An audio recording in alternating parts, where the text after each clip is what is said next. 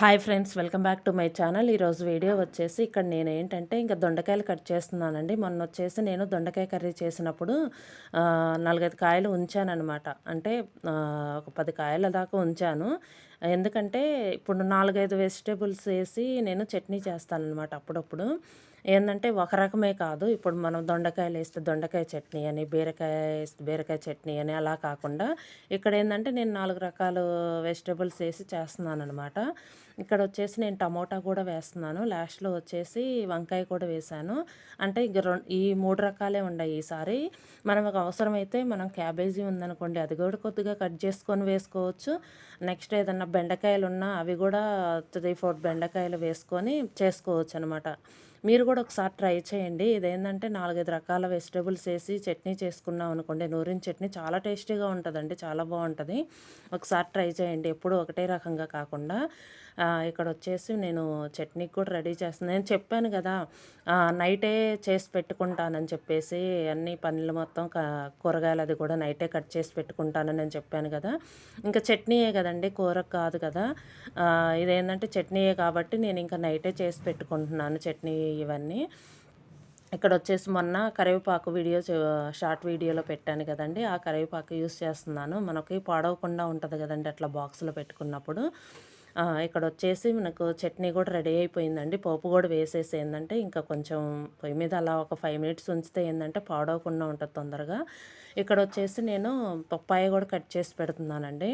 మేమేందంటే పిల్లలకేందంటే రోజు ఫ్రూట్స్ ఏదో ఒక ఫ్రూట్స్ పెడతామండి బాక్స్‌లో.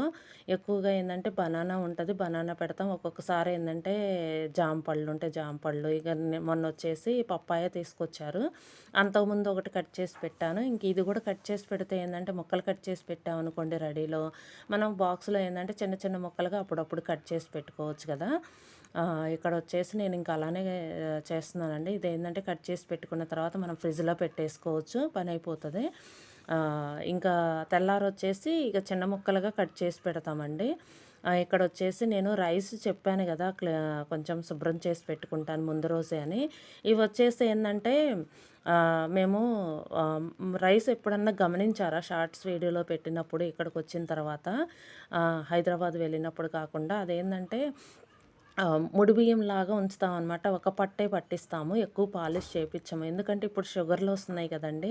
అందులో ఏముంటది, పిండి పదార్థం తప్పితే విటమిన్స్ ఏముండవు కదా! అందుకని చెప్పేసి నేను ఇంకా ముడి బియ్యంలాగా ఒక పట్టే పట్టిస్తాం. దగ్గరుండి మరి మిల్లులో వేపిస్తామనమాట. ఇక్కడొచ్చేసి పల్లీలు గూడా ఏందంటే మొన్న వేయించి పెట్టాననమాట.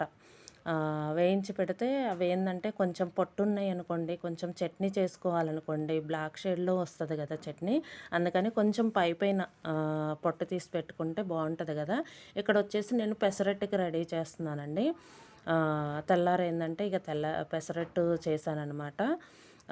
ఏందంటే పిల్లలు కొంచెం చానాలవుతుందండి పెసరట్టు గూడా తిని. అందుకని చెప్పేసి ఇంకా బలం కూడా గదా! మంచిది కదా! అని చెప్పేసి ఎప్పుడు ఎక్కువగా ఏందంటే స్కూలుకెళ్తారు గదా అని నేను ఇడ్లీయే చేస్తున్నాను.